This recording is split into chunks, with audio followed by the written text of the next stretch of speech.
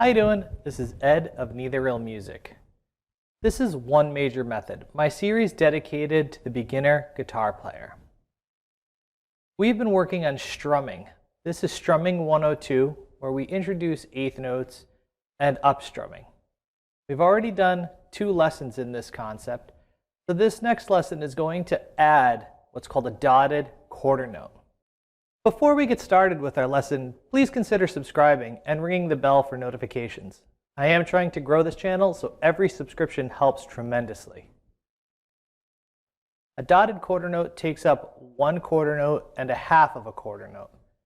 So we're going to end up having some strumming on upbeats that happen in the middle of our playing. So for example, I can go 1, 2, and 3, and 4, and. So that and comes in the middle of our strum, and we keep that down right in place and then just automatically bring it up on the and for an up strum. This will be one of the easier ideas that I show you for strumming, and I only have 3 different concepts for you to work with. I'm also going to be introducing the basic blues pattern. So we're going to be working with an A chord, a D chord, and an E chord. So our A will be done for 4 measures, D for 2 measures, A for 2 measures, E for 2 measures, and A for 2 measures, adding up to the 12 measures that I usually show you in these exercises. Let's take a look at our first example. 1, 2, 3, 4. 1, 2, and 3, and 4, and 1, 2, and 3, and 4, and 1, 2, and 3, and 4, and 1, 2, and 3, and 4. So as you can see with that first example, I'm just using an A chord and working 4 measures out so that you can get this hand to follow suit and be comfortable with how you're playing. Now when we do our 12 measure exercise, we're going to be doing this blues pattern. So follow along. You can learn 2 things at the same time: how to strum with dotted quarter notes and how to do a basic blues pattern. 1, 2, 3, 4. 1, 2, and 3, and 4, and 1, 2, and 3, and 4,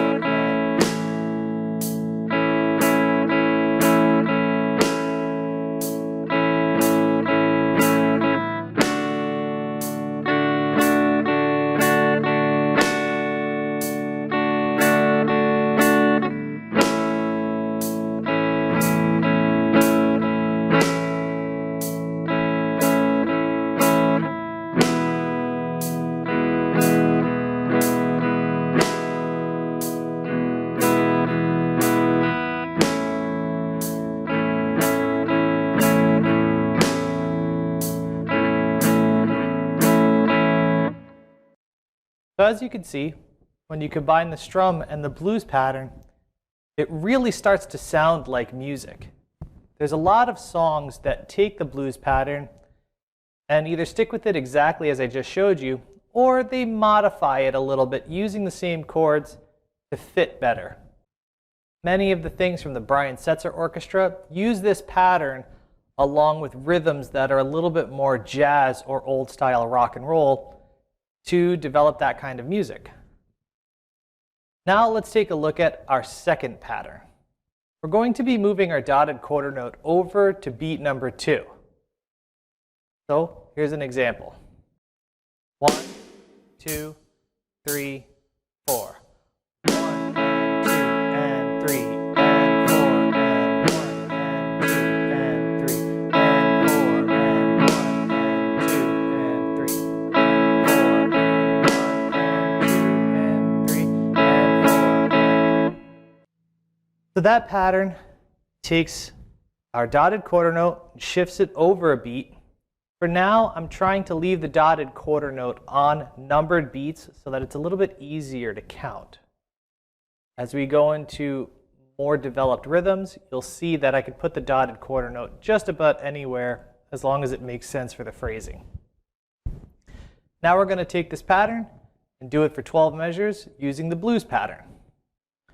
1, 2, 3, 4. 1, 2, and 3, and 4, and 1, 2, and 3,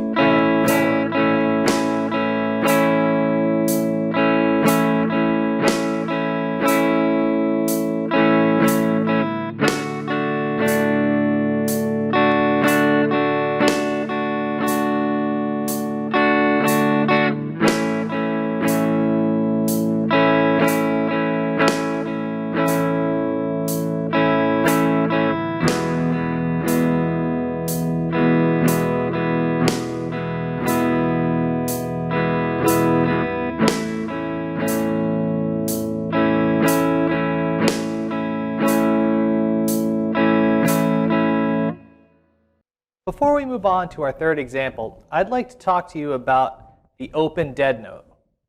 This is a concept that happens as you learn to strum faster.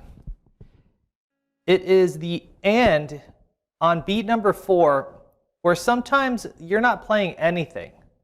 So I would be 1 and 2 and 3 and 4 and 1 and 2 and 3 and 4 and 1 and 2 and 3 and 4 and 1 and 4. That and beat is actually me lifting my fingers completely off of the guitar and continually strumming.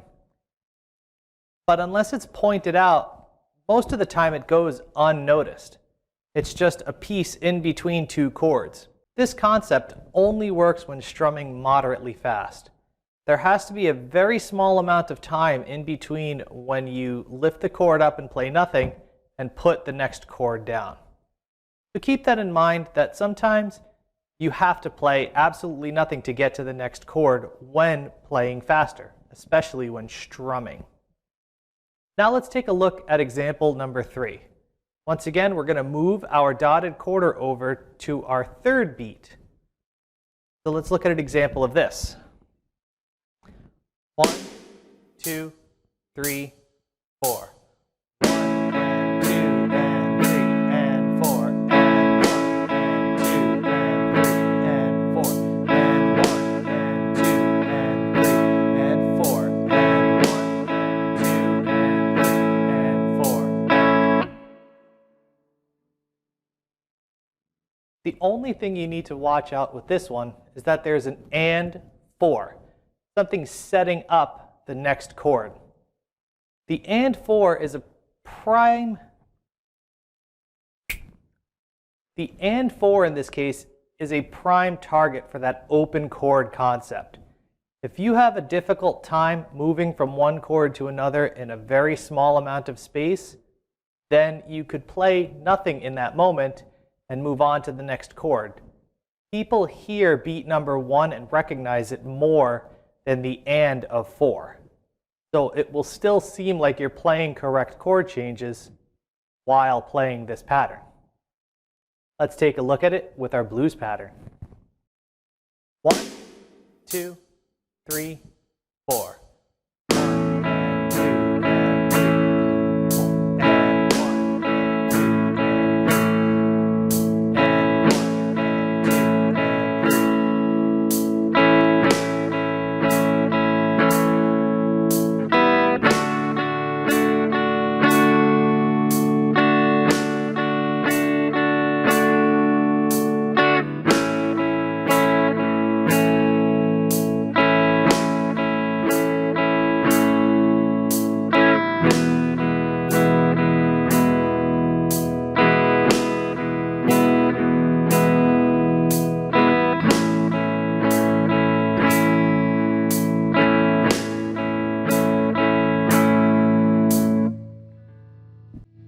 As you can see, I purposefully used the open dead note in our first couple of strums, moving from A to D, to show you that it is a useful little technique that is often not talked about.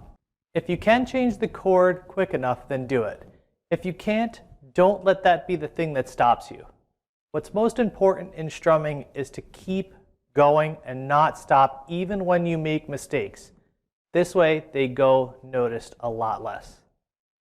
If you enjoy lessons like this, or enjoying content like this, please consider subscribing and ring the bell for notifications. This way, you can know when your next lesson comes up. If you have questions, please put them in the comments below. I do enjoy compliments, but questions let me know that you're actually working on this content.